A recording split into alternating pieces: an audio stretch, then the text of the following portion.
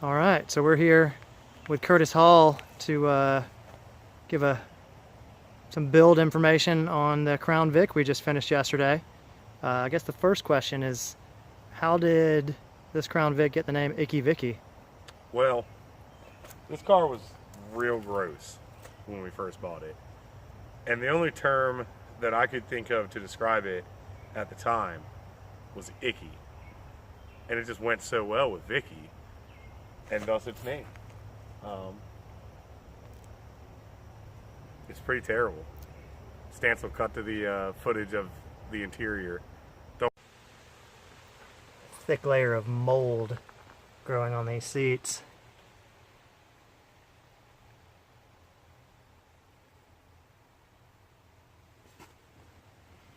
She's definitely pretty icky.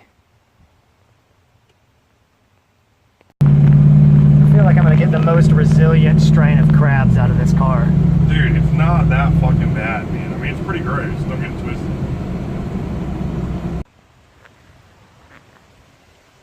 Gotta stay hydrated. Always. So next question. How'd you come across this fine piece of American machinery? This car was actually, it was sitting at a buddy of mine's shop down in Dunwoody, Georgia. And as far as I know about the history of the car is, if I had to guess, it was destined for the donk life. Because it was abandoned at a body shop where it was awaiting getting a new paint job. The only way I can figure that you would repaint one of these cars is if you were going to donk life it. But it went to auction from abandonment. My buddy Tim ended up with it. He overheard me joking around about wanting to build an off-road cop car of some sort, Caprice, Crown Vic, you know, one of those. And he offered the car to me for an absolute steal. And as a result, we have the Crown Vic. So what's been done to this magical machine? Well, to start at the beginning, we got the car and it needed a fuel pump as far as the other guys knew. So the first thing I did was I had a AM Electronics fuel pump laying around from a previous build a couple years ago. Went down to their shop, dropped the tank out of the car, put a new fuel pump in it, got it back up in the air. We started it up, fired right up, no problems. Had a little bit of that typical 4.6, been sitting for 6 years rod knock kind of sound on cold starts, but it went away pretty quick. Ran it through the gears on the lift, noticed that the drive shaft was totaled as far as the U-joints went. Went ahead and got a new U-joint, got it installed, proceeded to do a ridiculously long burnout in the car. You got to test it, you know. Obviously that's the best way to do it. From there, I did the rear end suspension stuff, which would be, if I recall, their Jeep TJ front springs that I cut down to the specific height that I wanted to get the car at this ride height, and then I used F-150 shocks to account for the longer springs and all that stuff. And then I moved to the front end where I tried to get way too fancy, tried to overthink and over-engineer everything.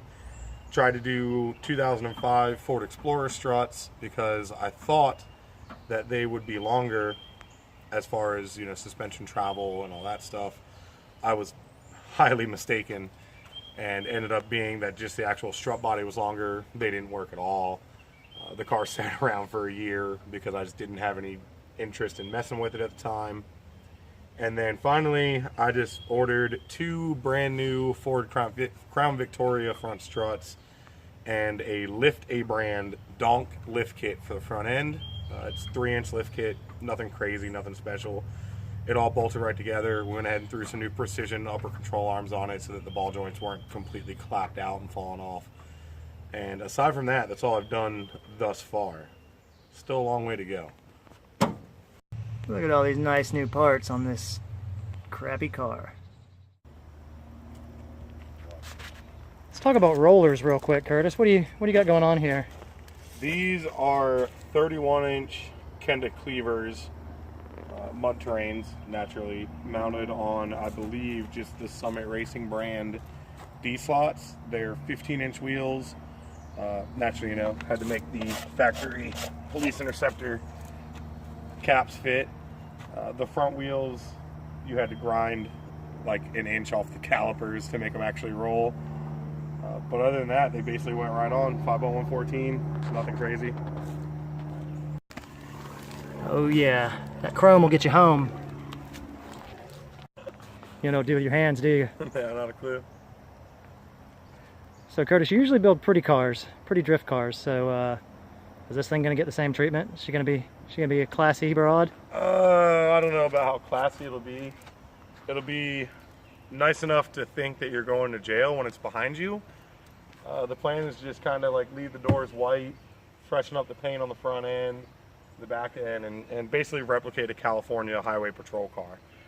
We're going to do everything down to the light bar, the labeling of the car number will be K1. Probably put some little cheesy slogan on it that makes fun of the protect to serve type stuff. And that's pretty much it. Those are the goals. We're gonna take it off road now? Yeah, for sure.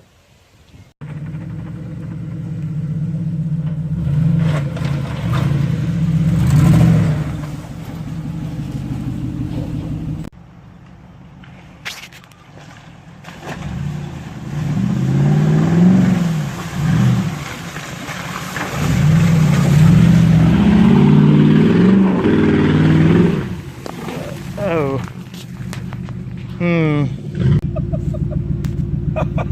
Yeah, thanks, Curtis. Sorry, man. I didn't know it was going to go down like that, if I'm being honest.